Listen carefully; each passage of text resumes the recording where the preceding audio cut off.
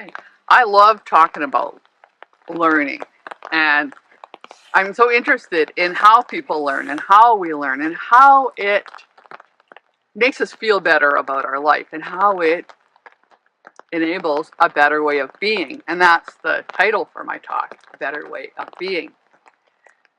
I had an experience a few weeks ago that just gave me so much understanding on this subject. I was listening to a lecture, 5:30 in the morning, and too early for me to get up, and I was hoping I would fall back to sleep while listening. It was a lecture by Dr. Michael Sugrue from Johns Hopkins University, a YouTube lecture, on Robinson Crusoe, written by Daniel Defoe.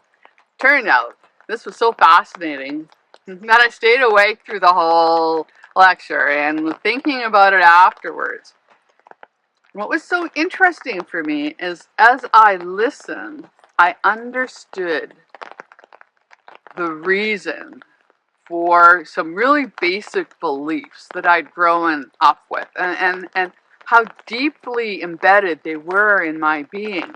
And they're not beliefs that I enjoy or I'm still wanting to entertain, but somehow they still had a hold there. And the reason is because it seemed to me that these beliefs had come down from on high. They were from early childhood.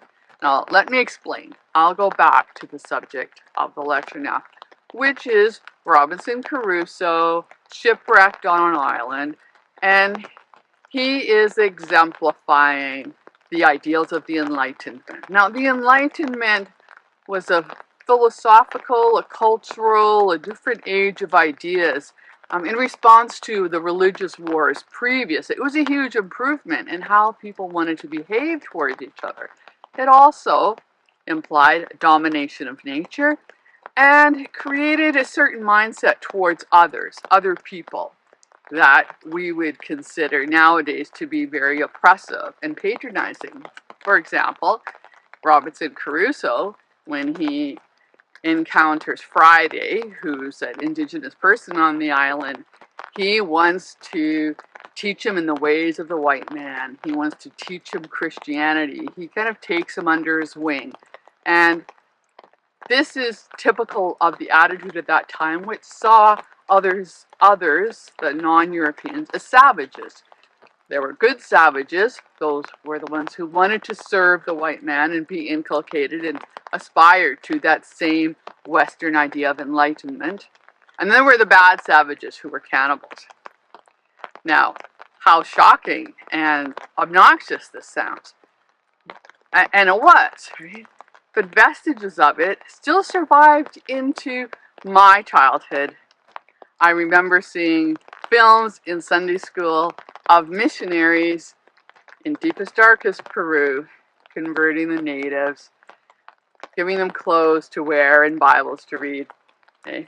And as much as I've moved beyond that, now, hopefully, in my understanding of relationships and that there are other worldviews, the indigenous worldview of the circle of life with the creator at the center and the harmonious, balanced relationships is probably much preferable to the Western enlightenment infused with the biblical idea of God dominating that hierarchical worldview. I mean, we're ready to move on, but as long as I still felt that it was true somehow, there was a lingering attachment.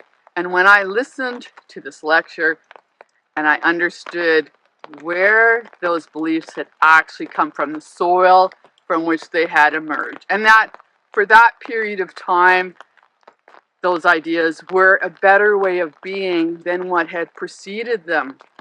That one of the end to those horrific religious wars that had racked Europe, and they were improving, moving beyond superstition. And so it was a better way of being. But now we are always expanding and evolving, and now it's time to embrace, move into a newer, a deeper understanding. And this gets me really excited because I could see it when it happens personally. I could feel it. I get that visceral sense of excitement, of relief. And we're like, oh, I'm no longer bound by these oppressive belief systems that oppressed me as well, and more importantly, others. And so now I'm understanding clearer the path to a better way of being, that it's ongoing, that it will never end, that future generations will look back on this time and say, oh, boy, we can do better than that. A better way of being.